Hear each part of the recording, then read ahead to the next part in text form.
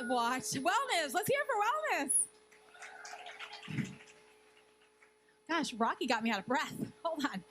So, wellness, as you know, you've watched my journey, and it's probably one of the most asked about questions is the how, the why, and I've shared a lot of it of my journey on stories, of course, and it was kind of brought on for survival.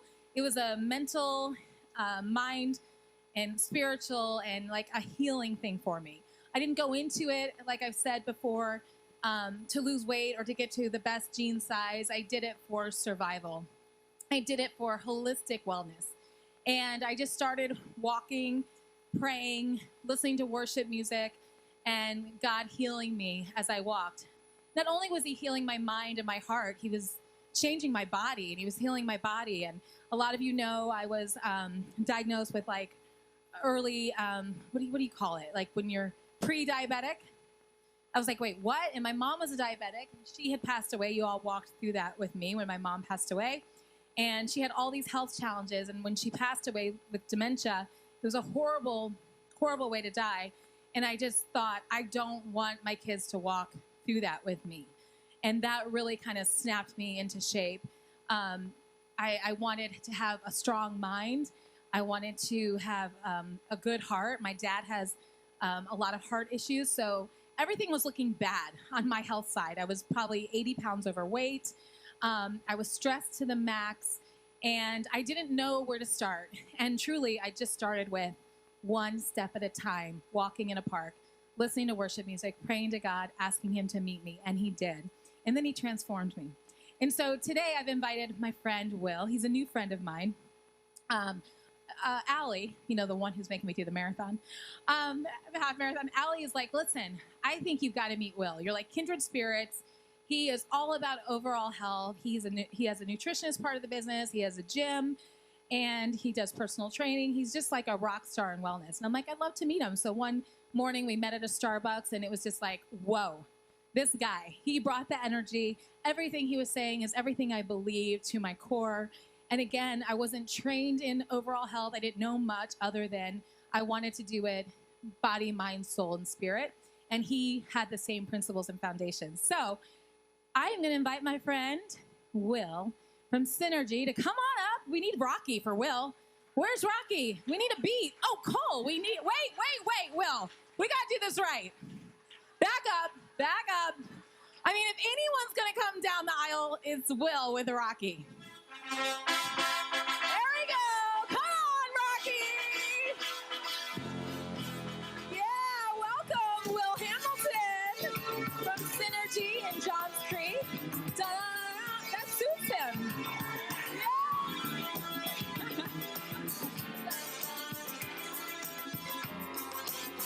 Hold it. He's probably a hold it kind of guy. He's so rocky. You gotta do like this.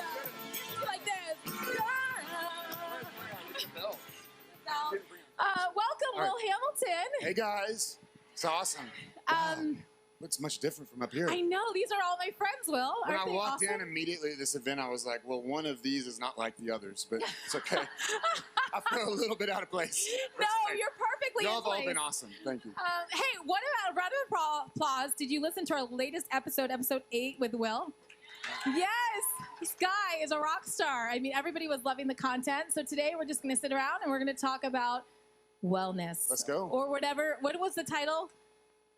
The title was like the girls came up with, what the hell is wellness? Because everybody has a different idea. Yeah. So let's talk about that. Have a seat, Will. All right. Let's do it again. Let's do it again. It feels like we were just here. I know. We kind of were in a studio. So when we first met, again, total connection, because it wasn't just about health and about losing weight, and I'd already done my part of my healthness journey. Did you hear that? It can feel like that. I just said that. I kind of like that. The healthness journey. This is where the salty language starts coming out. Yes, I start getting salty. But anyway, it was hard. But we started talking. I'm like, that's the thing, Will. It's like more than just losing weight. It's about nutrition. It's about holistic health. It's about faith. It's about, leaning into God. It's about every part of your life being connected in a powerful way. So share what wellness means to you with all of my friends. Well, yeah, that's the issue that we got into is, and I love that title is what the hell is that anyways? Because Yes.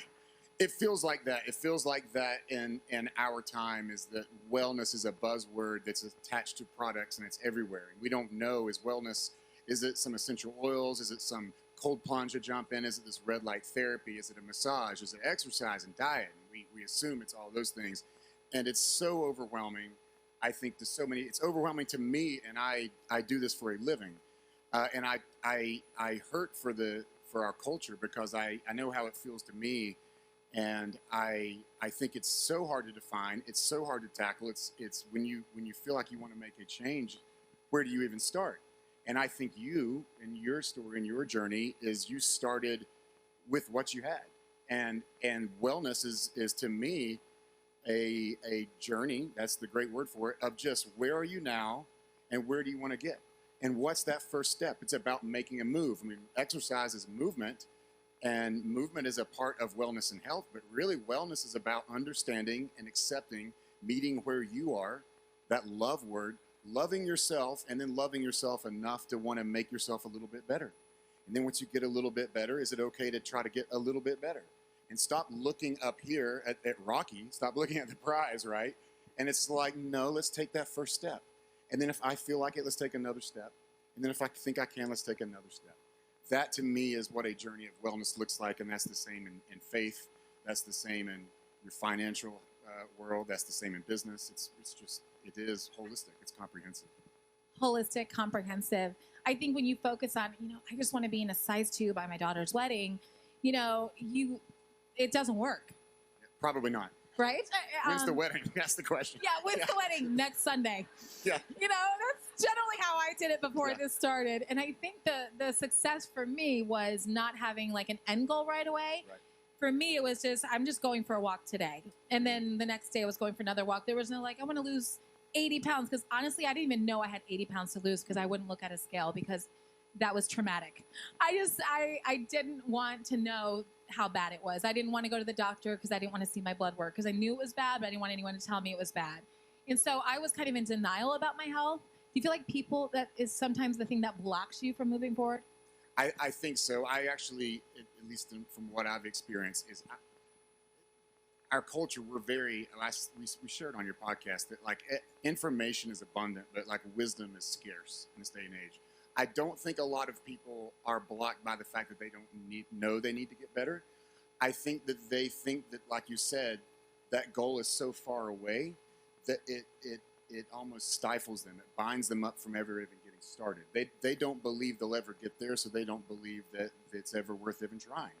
And that is what creates kind of what we see. We call it in industry a culture of apathy. It's this idea of giving up on yourself.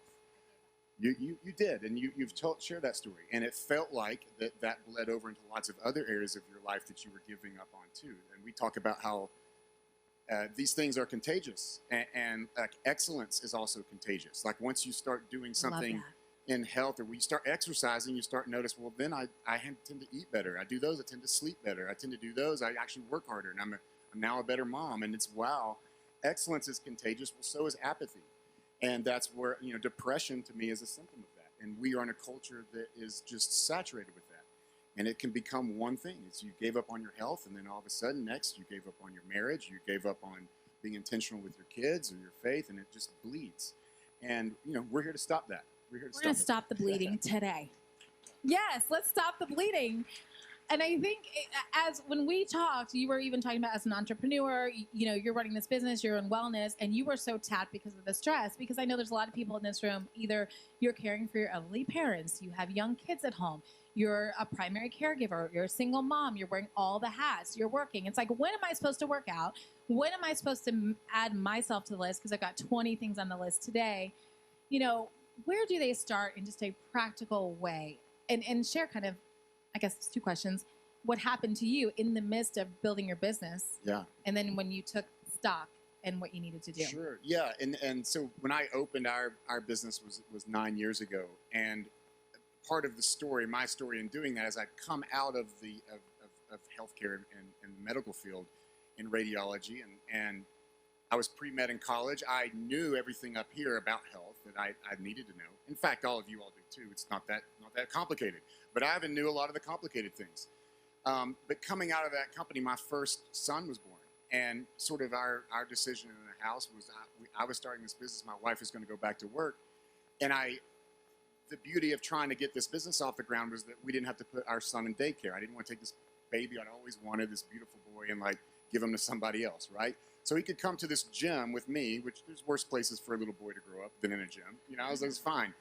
But now my wife's working she's the one who's actually supporting us, and I'm a full-time dad with a hobby on the side that I'm calling my business, you know, and doing something that, frankly, I'm probably not anywhere nearly as equipped to do as my wife would be, and I'm caring for this child all day while trying to get this business off the ground, and that's going pretty well. I was willing to work hard enough, and your first guest, she said something I love. Is it Candy? Was that her name? Catherine. Was the Do Hard Things, the one that was the breast cancer? Was that? Candy. It was Candy, right? Yes, with breast cancer. Candy talked about doing hard things, and that what she is doing and did is much harder than what I did. But that was my mantra. I can do hard things. I can do hard things, and that's the mantra of exercise and wellness. But in the midst of that, about 3 years into that, business was going well. It was growing, but I woke up one day and somehow realized I was the heaviest I've ever been in my life. And I'm the face in the front of this gym. You know, I was 255 pounds. I was caring for I was working all morning up from 4 until 9. We had classes in the morning. Then my wife would drop my son off on her way to work, to the office. He would be with me from go home, nap time, all those things, 9 until about 4. Then I would take him back to the gym, and I would run our afternoon classes, and she would pick him up on her way home at 5. And it was just constant back and forth working. And I told Chaz we were eating meals at QT. Like, I can't tell you how many meals I ate at a gas station. At McDonald's, yeah. Yeah, and this, at no point in that time did I think, like, this is embarrassing. Like, I'm supposed to be a fitness professional, and I'm with my little baby eating a taquerito from QT in my car. Like, what is going on here? Right? Right.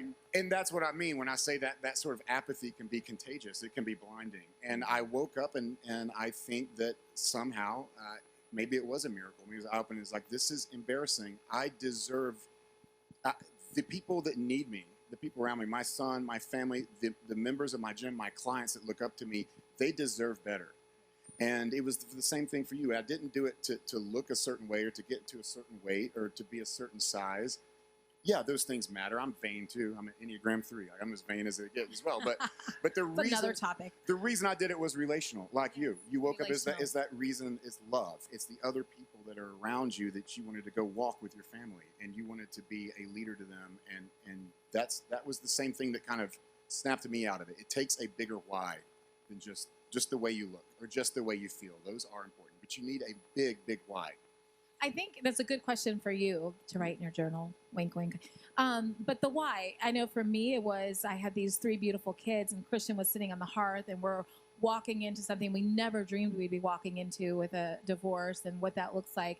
And Christian, out of the mouth of babes, the youngest one, was sitting on the hearth. I was crying, and he just said, "Mommy, I need you to be strong for us." And I was like, okay. And I went to the park, and I vowed I would never let him see me cry, again about this or hear a phone call to an attorney or my sister crying. And that was kind of my why, is I knew I was going to go through the hardest time in my life, and I need to be at my best. And I was at my worst. I truly was at my worst. I think I had given up, and I was holding on to this business, but it was so hard because home life was hard. So I was trying to do all the things, and what do? We wear ourselves out. And one of the things you shared in the podcast, I think I felt worn out. The number one thing, which really surprised me, I thought he would say a gym membership.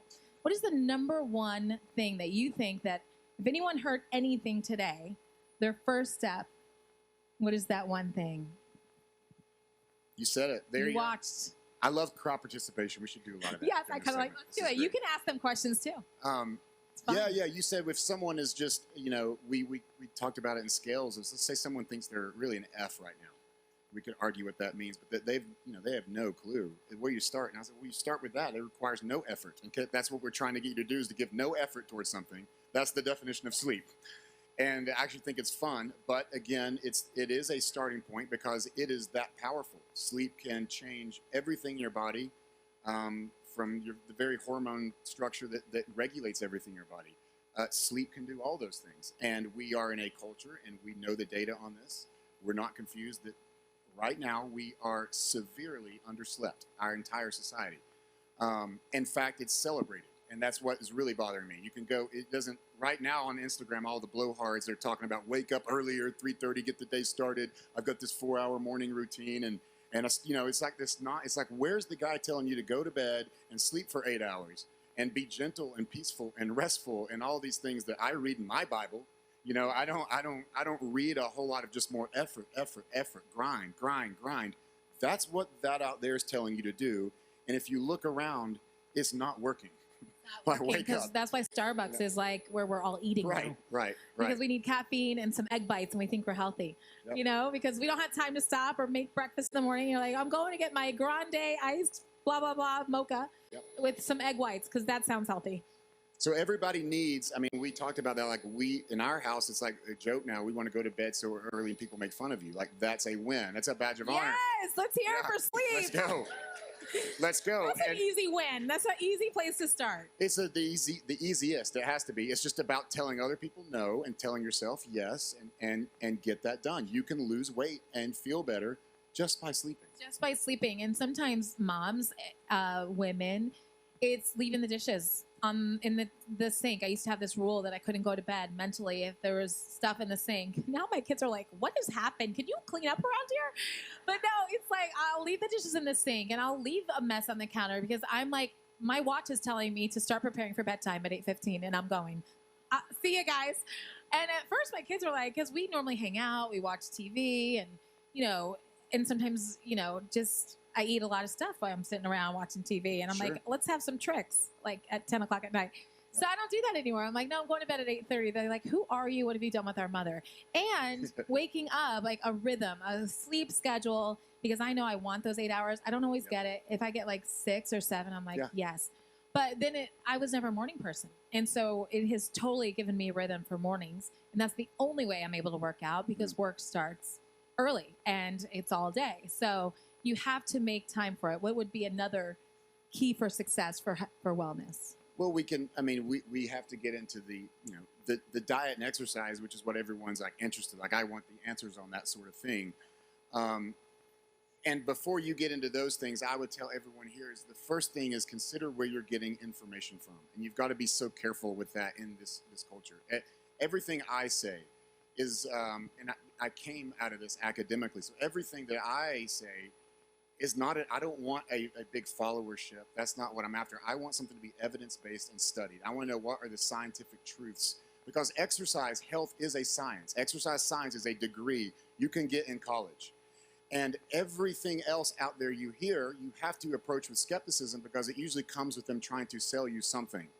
Sometimes it's a product. Sometimes it's a lifestyle. The thing that we miss often, and I think in our culture that I hear and have to fight a lot about, is what they're actually trying to sell you might not cost you much money. It might be just your attention. It might be a click. And if, that documentary you might watch on Netflix isn't selling you a product, but you've got to remember they were paid $30 million to make that movie that you will watch. That was what they're trying to sell you, is a movie that entertains you. Does that mean that what you're seeing in that movie is necessarily wrong? No. It just means come from that place and understand what is the guiding principle behind it. Is it to get something from you, or is it to change you? And you want to pursue things where there's truth, the same way that we would see in Scripture, right? We want to see those things as truthful. So all of those things out there, be careful jumping onto the fads. Be careful jumping onto anybody that's trying to sell you something when they probably don't even look as good as you do. We see it everywhere. So the things that have worked are the things that have always worked since Jesus walked the earth. It's eat good food and move. Use your body the way it was designed to move. Nutrition isn't that complicated. It's never been that complicated. We make it complicated, and the higher up the ladder you go, you can get as complicated as you want. But to be wellness, to be healthy, however you want to define that, to get a passing score, it's not that hard. Chaz did it by accident. You know, you started Kind of, you yeah. started walking and quit Yes. drinking Coke. Like, how Yeah. hard is that? You know, it's like, it was hard. Well, that Coke it was well, a I know, vice I get in it, my I love life. it. I'm not I'm saying going it's to take not. some credit for I'm that. not saying it's hard. The doing can No. be hard. Knowing what to do isn't. When we go in the grocery I had no store, idea what to do. I mean, we're educated now, and like I say, information is abundant. When you go in the grocery store, most of you in this room know what you should and shouldn't buy. It's having We the all will know. to do that, right? So we need nutritious foods. We're human beings. We're mammals designed by God to eat all the things on this earth that came and grow and walk on this earth. We were made to eat. That's why we have teeth shaped the way they were shaped. But you know what? Bread, carbs. Yes, you were made to eat carbohydrates. You realize that. That was Protein. breaking news. I was so excited when we met that he Yes. said I could have carbs. Every mammal on earth I pretty made much eats. sourdough 2 days later. Right. Every mammal on earth eats carbs, and we're the only idiots that, because we watch a documentary that thinks we're the special ones that aren't supposed to. You know, that's the funny thing. The protein, we need, you need to eat high. Like, this world is a abundantly low protein world. Why? Because it costs more money to give that to you, so they'd rather give you the cheap stuff. And so you've got these high fat, high sugar, high carbohydrate foods. And when we take clients in on the nutrition side, the first wake-up call is if we actually gave you a target of the amount of protein that your body was designed and needs to eat to be optimal, you'd be blown away. You would think it's extremely difficult to even force this down. And that's only because you've been living for 10, 20, 30, 40, 50 years of the other way, and you've been pushed that. So the nutrition, knowing what to do nutritionally is simple. When we get into the macronutrients, that gets a bit more advanced, but everybody that comes to us really wants to know usually one thing because of our culture. That's, how do I lose weight? I want to lose weight. How do I lose? And I wanted to know that too, by the way, 5 years ago in my own gym. I knew the answer, and the answer is it's a simple math equation. And so that would really be probably step 2 for anyone eating is you need to get out at some point in your life, write down what you eat. You got to track it. And this is no different. We tell our friends all the time that it's no different if you're in financial trouble. You go to a financial counselor, a financial planner. They're going to ask you to do what? Track Budget. it and get on a budget, right? Like that. We know. Budget We tell your our food. kids that. We tell our kids that. If you're in business, my grandfather told me to open my business. His sage wisdom, and of all the books I'd read and studied, was, well, there's 2 things, Will. There's the revenue and your expenses, and revenue minus expense equals profit. That's what you want. It's as simple as that. Well, weight is the same. Weight's the same way. It's what we consume and what we burn. That's calories. Calorie is a unit of energy. At some point, you need to know how many calories you're eating, and you've got to try to figure out how many calories you're burning through your life. If you can figure out how to win that equation, you will win your weight. That's been the truth of science since the dawn of humanity. And yet we are fed information and hacks and tricks, and we get points, and we get intermittent fasting, and we get eliminate carbs, and we get all these different things It's that come and go. confusing. Oh, it's overwhelming. And they're all, what we know, what the experts in the industry, what the scientists know, is they're all just different tricks and different packages to sell you that accomplish the same thing. And that's to try to get us to eat less calories, and the calories that we do eat to make them more filling and more nutritious. That's it. That's it. I mean, when I talked to him, I'm like, it's so simple. Again, I kind of did mine by accident, but the reason why I was unsuccessful in the past, because I'd have a girlfriend who's doing paleo, and then a girlfriend who's doing faster rate of fitness, fat loss, what is that? Intermittent fasting. I mean, there's so many out there. Yeah. And then there's keto. Name and they're it. like, I can't eat that. It's not keto. I'm like, what's keto? And then someone's doing macros. I'm like, I'm just going to eat this pizza and drink this Coke. And you all Yeah, are I would too. exhausting. Yeah. So Yeah. there was so much, and I think it was just, I just wanted to feel good, but I think he also, if someone wanted to say, I want to get my health under control, a part of my why was my life was falling apart, and the only thing I had control of was literally my body and my life. I didn't know where we were going to live. I didn't know if I was going to I didn't know anything. There was tons of question marks, but the only thing I knew is that I had one person that I can control what I ate. I controlled my movement, and I had one bit of control over my body. Yeah. And that's really what kind of was my why. And so if you're like finally there and you're like, you know what, this makes sense. Maybe it's not so difficult. I can start with really good sleep, like get yourself in a schedule and look at calories. I didn't even know like how many calories I was supposed to be eating. Then when I started looking and tracking, I'm like, whoa, no wonder. I was eating like, I can't even tell you, so many calories. I had no idea. It's like it was breaking news to me, but I didn't pay attention. And I think that's the other problem. We're not paying attention because we're paying attention for our kids, for our business, for our people, for our parents. And I'm not paying attention. I'm just eating to survive. And it was all the bad stuff. I wasn't eating for fuel. I was just eating really for comfort a lot of the time. Yep. So they made the decision. They're in the room today and they're like, I just need to take control of my life. I'm going to start sleeping more. Yep. I'm going to start looking at calories. It's important, right? I mean, it's mathematical. It's mathematical. And just looking at it, tracking something, there's a saying, it's a little rubric in the fitness world that that which gets measured gets attention, and that which gets attention gets changed. And love that. And that is the truth. That if you don't look at something, it's intentionality. It's eating with intention. And there's equations, and you can send me a message, and I can help you with those numbers. That there is a little bit of a learning curve there to know what do I need, what should I be. You don't know how fast your metabolism is. You don't know how much you're exercising. Some of that takes a little bit of figuring out. But the point is, if you'll just at first be intentional and look at it, that tactic alone, it's the same in your budget. It's the same in any other area of your life. That tactic alone will bring intentionality and focus, and that will create change to start with at the very beginning. But you've got to look at it, measure it, and then improve it. I love that. The measure, I think, kind of knowing where you are and to just get on the scale. I'm not a scale person. I'm not on all the time. In fact, I haven't been on in a while because I'm just... And that's okay. Yeah, I think it's okay. But I met with Boomy, so I wanted to meet with them to talk about the nutrition piece because I'm like, how many salads can I possibly eat? Yeah. I need to mix it up a bit, but I'm afraid of food. Like, I don't know, because I don't know what's right, what's wrong. I don't know how much protein I should be having. I know nothing about macros. Like, what's a macro? Yeah. So I was like, I just want to learn. I feel like I've got the fitness under control. So when I went to Will, it was like, what do I eat? And then when he told me I need like 100, I think Boomy she measured me just so we could keep track. He was like, I needed 120 grams of protein or 117 grams of protein. Yep. Then I'm like, oh, I'm definitely not eating enough protein. I mean, I was probably eating 50 to 75 grams of protein on a good day. Right. So like, it's like there's a scripture that's like, but by not knowing my children will perish kind of thing. Your health, by not knowing, by not being informed, again, keep it simple, not getting into all these diets, but just knowing, what do you need? I need protein, and I need to know how many calories a 50-year-old woman should take that's 5'7" and weighs this amount of pounds. I mean, it's kind of simple. And then you're like, oh, okay, that's easy. I can handle that. And then the doing is the next part. And then the doing. If you knew that information, the doing. The doing is the hard part. Doing it is, knowing it is simple. The application is the devil's. Getting out of that bed devil's in the details, right? And it's raining and it's cold. Yeah. That is hard. That's where it takes, like you said, you do control what goes in your mouth, but that part's hard. Why? And I actually don't think that's our fault, all of our fault. I think our culture is the reason for a lot of that. I had a mentor that once told me, we were in a kind of a midst of a lot of friends going through a marriage crisis. And this man's older and wiser, and I really respect him. I said, what is, if you could look back as the biggest threat to marriages? I'm 40 years old. Marriage is at my age. And he looked at me and he said, it's easy. I've seen it for years. He says, it's busy lives and busy kids. And I immediately agreed with him because every one of the situations I was experiencing, that was a common factor. And then I immediately thought about health and nutrition.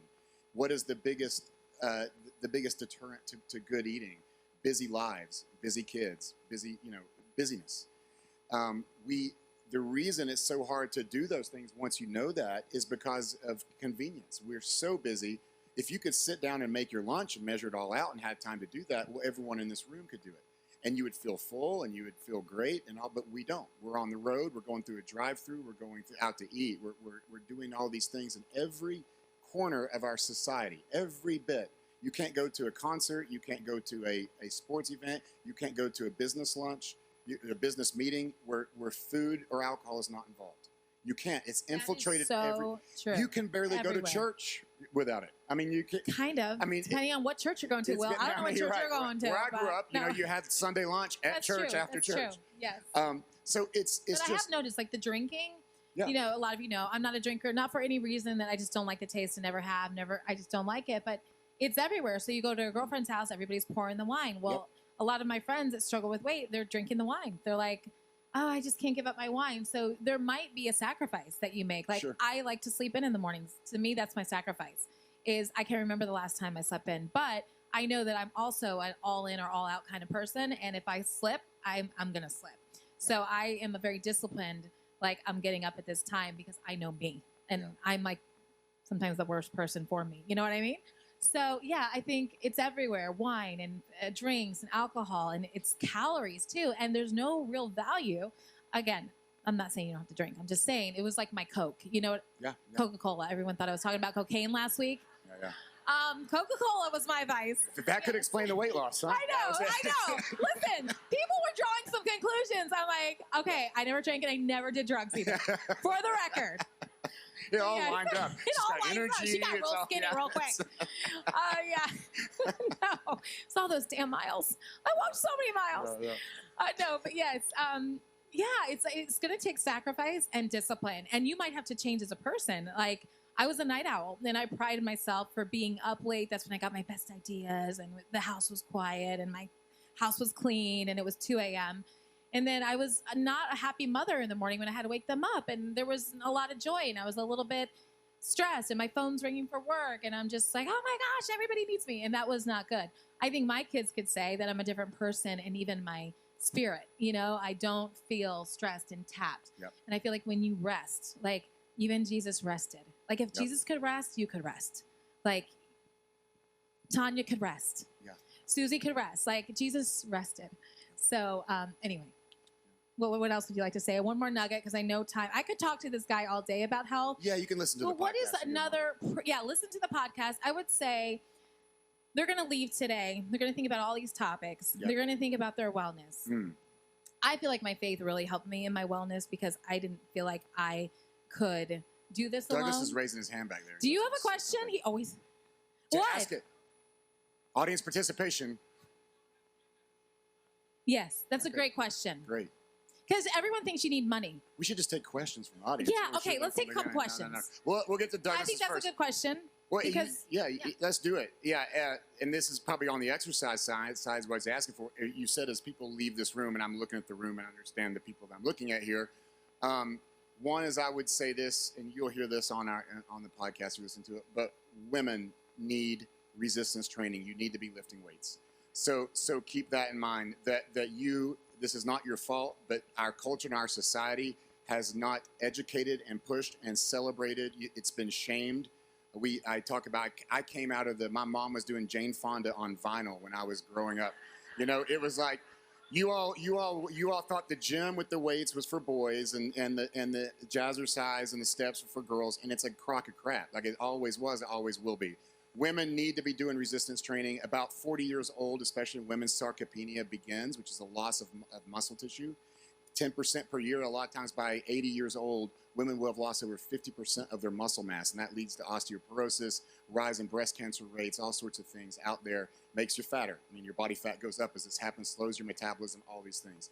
Resistance training. You need to be lifting weights. You're not going to look like a football player. That's another load of garbage. You don't have testosterone. You're going to look strong and beautiful and powerful in the way that God meant you to look is how you're going to look. I have my wife and two of our coaches are here today, and they can all lift over 150 pounds on their back and climb to the top of a rope, and they are strong, beautiful, powerful women. And to answer Douglas's question, you can do that anywhere. I mean, you can squat up and down out of this chair right here and start to strengthen your legs right where you are. You can go, there's free nature trails just about everywhere now with a variety of equipment on that trail for free out there you can do. Find a way to do basic things. Pick heavy things up off the ground and keep doing it until you're tired. Lift something heavy over your head. Find some in your house and keep doing it until you're tired. Push, pull, squat, lift, throw. It's the basic human movements that God designed us and all mammals to do. That's what you need to be doing. What we need to be doing less of is what we're doing right now, sitting here doing these things. So do the opposite of what you've been doing, and you're going to start getting the opposite of what you've been getting. I love that. That's a great word. I love that. And if it doesn't, I'm full of cliches. I apologize. I love in my world, we have lines. so many of them, and this one's a good one. I think someone else actually said it. It needs to be hard. And the reason for that, like you said, the same with diet, if it doesn't challenge you, it doesn't change you. I think we've all heard that before, and that's so true. So whatever you're doing, it freaking needs to be hard, because one day that won't be hard anymore. And then you can decide, do I want to do something a little bit harder? Okay, maybe now that's easy. I'll do something a little bit harder. So Chaz's same story with walking that nature trail in California. That was impossible for her now. She would probably run that at a 10-minute mile pace right now. It wouldn't even be hard. So that can be all of you. That can be all of you. If there's any other questions. But that is true. Roswell Area Park, for those of you that are local, that's where I started walking, and there's a great little gym there. I don't know about you, but I was afraid to go to the gym because I didn't feel like I was fit enough to go to the gym. So I would walk that trail, and then at the end, there was this little gym, and there was like a leg press, and I did that for like a year before I walked into Orange Theory because I was embarrassed. Does anyone ever feel like I don't want to go to the gym alone and I don't know what to do in a gym? I didn't know what to do in a gym. But then I got the courage to go into a gym, and that's where everything changed, and I learned about resistance training. And that is when I started seeing a difference in my body. I had lost weight, but like I wasn't strong. So there's nothing better, and the greatest gift to yourself, I would say, going through all of it, would be that you wake up and you feel strong, and you feel, And by the way, Douglas, a gym membership is like $20 these days. That's two glasses of wine. Everyone here, You're not drinking wine. I know No, what kidding. you paid to come here. You can all afford a gym membership. Okay, so let's just. That's true. Come on. That's true. Okay, Come on. that's true. Someone who was Yes. dying to ask a question right here. Yes, Yeah, it's hard. very hard. A protein hack. What are protein hacks? Well, first of all, you've got to have protein at every meal. Not to knock this. I know this is an event, but we were talking as the coaches. There wasn't an option here that even had probably 20 grams of protein in it for lunch. So if you're going to eat 3 or 4 times a day, you can do the math. 120 grams of protein. You need to have 30 to 40 grams of protein every time you eat. Well, that is hard unless you're being intentional about it. That's a chicken breast every meal, roughly. So sure, you're going to have to plan that out ahead of time. The hacks to do that, quick protein on the go. We talked about beef jerky actually last time. Yeah, I can't get past the beef jerky. You got to watch it. I'm not a beef jerky girl. Yeah, you've got to watch it. What's that? Chomps for life. I That's know. right. I'm going to That's try it. We'll try one. I do think in our culture, if you are busy, it is going to require supplementation for a lot of people, unless again you have the time at home to really prepare meals ahead of time. One of our coaches is drinking I'll tell you, there was made by Core Power. It's a Fairlife product. I love that. It's got 42 grams of protein in it, and she drank it in 5 minutes right here. So that would be a third of her day done right there. Yes. So there are hacks like that. But Protein shake in the morning. Yep. You're going to have to use those unless, again, you are really disciplined enough to beat the system. So if you can't beat the system, join it. And the system now is helping you a little bit with to-go things and shakes and things out there to do that. But don't rely on that. Try to get a good bit of it from real food. But I think once a day, most of you are going to have to, if you do what I would want you to do, are going to have to probably use a trick, so to speak. Good to have some nuts in your purse. Cottage cheese and yogurt mixed together. It's always good. You can get like 35 grams of protein for a little snack midday. Yep. Smoothie that we've given you the recipe. I think there's like 45 grams of protein. So, I mean, that was great. I wish mine were more, mine seemed to be on the go because I'm on the go all the time. And I don't really love meat. I struggle with meat. So I had to force myself to eat salmon. Like I order it and I'm like, oh, don't even look. With the meat, good for you. Seek out the protein sources. What everyone needs to watch is that you think of protein, you think of meat, which is true. I mean, if you want to be a Ferrari, like we talked about, strong, want to be a like Ferrari. Those aren't words that describe broccoli. Those describe gorillas. Like you want to be strong and mean. You need it, and that comes from animals by and large, sure. But watch the fat content. That's the thing is you've got to remember there's already twice as many calories in a gram of fat than there is protein. So if you see a protein source out there that has more fat, like with the beef jerky we talked about in our podcast, had a whole lot more fat than had protein in it. And so if you go to Five Guys, the hamburger is not a protein source. That's a fat source. That's what you're eating. So you want to find something at the very least, kind of like a 2-to-1 ratio. You want it to be at least two times the amount of protein in that if you're eating nutritionally than there is fat.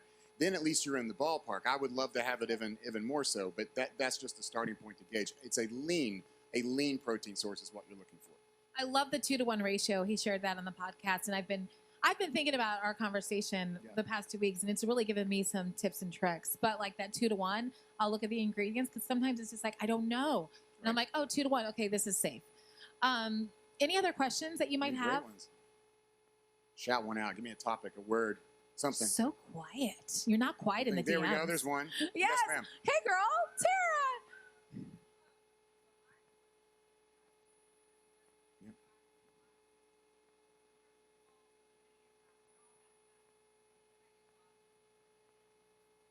Yes. We all go to Chick-fil-A. I eat Chick-fil-A for lunch almost every day. What do you have at Chick-fil-A for lunch? Well, I have either the grilled sandwich or the grilled nuggets. The macro breakdown on that is fantastic. Do you eat the bun with the sandwich? Yeah, absolutely. Yeah. Oh, okay. You can have everything, Add Chaz. that to the list. I got after our podcast some messages about when we say what's good or bad, I try to get that out of people's minds because food doesn't have moral value. Behaviors do, right? So it's not there's no such thing as a good or bad food. It's about, is it good or bad for you at that time? Does it fit within what you need? I ate the cookie that you had over there. It was great. But you know, my body needs so many carbs a day. And if you exercise, especially, you're going to need that energy. But there's a limit to that. So if I need 200 grams of carbs a day and there was 35 in that cookie, fine. That was 35 out of my budget. It's no different than your financial budget. If you're spending $300 a month at Starbucks and your financial planner tells you you've got to stop, you can only spend 100, fine. That's still 100. That's your new coffee budget. And if I don't want to waste that at Starbucks, I could make my coffee at home and it's going to go a lot further. So it's the same with carbs and any food, right? It's the same as I could eat quinoa and eat a whole lot more of it than I could have had of those cookies. But I chose to eat that cookie. That's just 35 less carbs I get later. And then you learn over time, and that's the trick with the protein. I don't want to ignore your question, but that's the same trick with the protein is that when we set, if tracking macros and calories and all that's too overwhelming for people, we just give someone a protein target and say, all I want you to do is count the amount of protein you're getting and everything you eat all day. A lot of people will get leaner and feel more energetic and lose weight just from that because it's a trick. Protein keeps your body full for longer. So when they eat more lean protein, they're less full, they crave less carbs and less unhealthy fat and sugar. And it's just a magical hack that God gave us. If we just went back to eating the way we were designed, lo and behold, all the rest of it wouldn't be that hard. But yeah, if you're looking at those pre-made things with nuts, you've got to watch that if you have those allergies. And that goes back to that thing of like, what doesn't ever have nuts in it is a chicken breast you grilled at home, or some eggs that you had hard-boiled eggs, or the egg whites. There's ways to do that. It becomes exponentially more difficult when we try to be more and more convenient about it. So the more effort we give something and planning ahead or cooking and preparing, great. The more we try to go get that quickly or packaged, yes, it becomes, with every degree of convenience, becomes another degree of risk. And that's just the way that life is. Yeah, someone was looking at me. Yes? Yeah.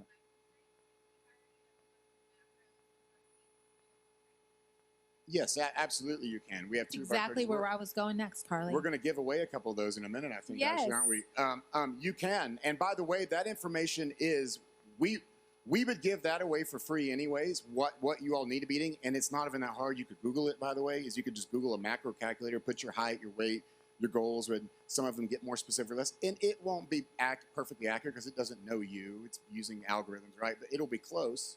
And if that's enough to get you started, then go. If you have the discipline to do it, what we sell people, I tell them all the time, is a relationship. We sell accountability. That's it. We just sell someone that is every day, every week going to check in with you, and they are going to ask for some measurements. Weight's one of those. Weight's not even the most important one. I don't even mind if people don't weigh themselves. But it's one data point of many we could use to see if... Data points. Yeah. It's a better way to say it. If what we're doing is working, we need to measure it, right? We need to measure it to see if what you're paying us to do is working. But yeah, absolutely. We can go online, find those things, and we'd be happy to help with that for free. Yeah. So I me and Will and I met and totally hit it off. And I was like, by the way, I had this live event. I want you to speak at it. But then I was saying I would like to talk to a fitness coach or a nutritionist coach. So he introduced me to Boomy. Boomy, you want to stand up? Boomy. I just like saying her Chaz's name. Coach. Boomy. There she is. When she stands up, she doesn't get much taller, but there she is. She's still... So I met with Boomy, and she did my measurements, and we weighed in, and she's like, it's data references. It's just so we could track progress. And then she put together, invited me to like my fitness pal, I believe it was. I will have to say I apologize that I've been a delinquent, but... it's a great example because it is hard. That's the thing. It's hard new for me you. to track, and I think it's just I'm not a tech person, so I'm on my phone all the time, and I just when I eat, sometimes I'm multitasking on my phone, and I'm like, oh, I got to do the fitness tracker, and I just don't. But what I have been doing, what I love that she does, she sends these text messages of encouragement. She is such an encourager, and she is very relational, and she just reminds you to keep going, to keep being intentional. I got one yesterday, and I was like, gosh, I'm so bad. I'm like the worst in the group, but what I have learned is your pro tip is I'm just tracking my protein. And I'm like, I really only have the bandwidth in my mind right now. Now, this might happen after this event. All of my thoughts and energy has been on this event. But I think for my brain right now, the only thing I could really track was my protein and being intentional about. I do think it's important to track all of it, but that was like a pro tip. If you feel like that you're not a tracker and you're not going to sit there, you know what it was? It was like I have to go find the yogurt, and then it's like you got to. It's like the finding of the things, and I'm like, if I could just scan it, but you can't. I'm not. Anyway, that's my issues. I think it's an awesome tool, and I think the way you have it set it up with the partnership and the relationship is highly successful. But just the pro piece of knowing your protein has been a game changer for me. Yeah, and don't be overwhelmed. Everyone's listening to us. What our product is I mean, we can take this as hop as the ladder we go, and that's why I start with that scale. If you're an F or a D, your only goal is to get to a C. Don't worry about getting to an A right now. I mean, when we talk about breaking down a specific protein, carbohydrate, fat, I mean, we're talking about A-level stuff here.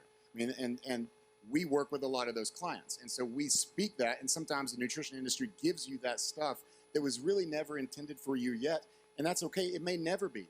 If most people got to a C or a B, they would feel amazing and be perfectly content and should be clapped for. If Chaz came to us and said she's gone that journey, she's like, well, now I want to dabble in what it means to be an A.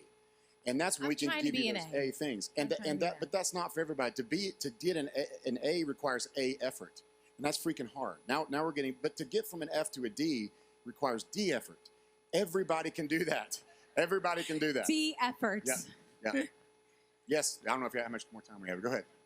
Sure. Yeah. Great question. All of And them. with that, yeah, I would recommend all of them. Wind up over here. We talked about that a little bit in the podcast. We do both. I don't understand why people differentiate them still in our world. I guess it's the way that we come out of. We lift weights really fast, and it's cardio. So we kind of accomplish both at our gym. But the thing is this: if you can only pick one for the rest of your life, what all of you need to be doing is lifting weights. The cardio helps you with the equation, right? Cardio burns calories. So if you do cardio, you burn 500 calories. That's awesome. Yes, it builds heart health and builds lung capacity, and that's great. But to think about this, what is your goal? Where are you trying to get to? My goal is at 80 years old in the nursing home, I want to look awesome and be the coolest dude in that retirement community. I'm not going to say nursing home. I'm going to be the coolest dude, and I want to be able, if I fall on the ground, to get back up. I don't need to really PR my 5K time at 80 years old. That's not what I'm looking to do. So the running is great. It burns calories, but you could have also kind of just eaten 500 calories less, and we could help you do that. And then the weightlifting gets into that. But I'm not telling you don't run, don't do cardio. People hear the wrong thing out of this. Cardio is so much more than just burning calories. It's a cathartic process. It's time to think. It's time to get out in nature. It's time to. Some people love that feeling of breathing. I think you need it both. But I think if you're going to work out, give me a number. 4 days a week. I think you should be lifting weights all 4 of those days of the week. And if you like to do cardio, then try to get out of breath all 4 of those days a week as well. Don't neglect the weightlifting. Maybe make it a part of getting out of breath. Lift weights a little faster, and you'll also get out of breath. And then maybe go for half the time of cardio you were going to do on those days. But if I was to give you a blanket statement, 2 or 3 times as much weightlifting as cardio. How about that? I agree. And I was always a cardio girl through and through, but because I like to see those calories. Like Unless you have a goal of running a race. If you're trying to run a half marathon, I'm done with then this you need race. to run. It's over. I'm going to go ahead and tell you. We're doing this half marathon, and then I might run 1 or 2 miles. A true story, we had a woman that had never run a marathon and was training for a marathon instead of following the plan, and she'd run several half marathons but never run a long distance for a marathon. All she did differently, she didn't do any long runs. She just added a bunch of weightlifting. That's what I'll do. She not only finished the marathon, but she finished at a time that would have been a PR for her half marathon. And she did no extra running at all. She just did it through strength training because guess what? Strong legs run harder and run faster and are easier on your body. So it all works together with synergy. Synergy. Thank you, Will from Synergy. And we have a giveaway, Will. Yep. I'm going to let you take it for a spin. And draw. 2. We have 2. So here's what we're offering. We do nutrition coaching on our nutrition company. Remote based. This can be for anyone, anywhere in the world. We have clients all over the world. 12 weeks of free nutrition. We have 2 nutrition coaches, Christy and Boomy. Stand up. I know they're going to be embarrassed. It's okay. Stand up. There they are. Christy and Boomy are in the back. They're both of our female nutrition coaches that we're going to give you for free. And my caveat would be this. It's got to be something that you want to do. Like you've got to really want it. If this isn't for you, if you're not ready to make that commitment, you're going to be checking in with them once a week. You're going to be submitting photos and measurements and weights, and you're going to be tracking your food, do these things. If you aren't ready for that, that's okay, and they will still help you and get ready. But if you think that for you you might have someone else in mind, and you got to be careful of that because you don't want to give someone. I think you need nutrition coaching, but you know what I mean. You know what I mean. But if you're not in a place where this would help you, then feel free to pay that forward and gift that to somebody else. Okay. All right. How are we gonna do? All right. Here we go. 2 tickets. I hope Boomy wins her own coaching. This would be amazing. All right. I think they're all 0, 0, 0. So I'm going to say 178. Who's 178? Going once. Let's go. We'll call the other one. Where is it? Who's this? Rhonda? Help me, Rhonda. That Beach Boys song comes to mind.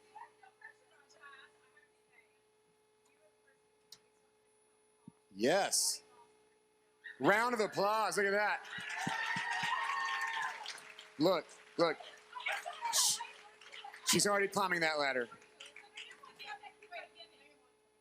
What are you? We'll just change it to that. Yeah, it matches. Yeah, perfect. Yeah.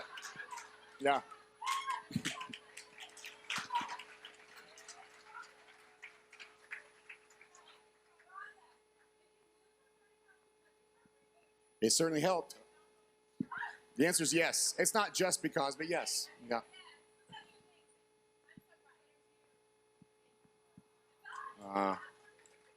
That's so great, see? All right, here we go. 0270.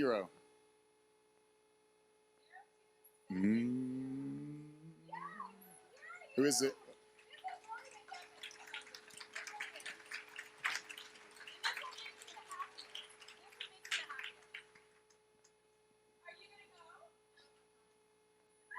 Okay, all right.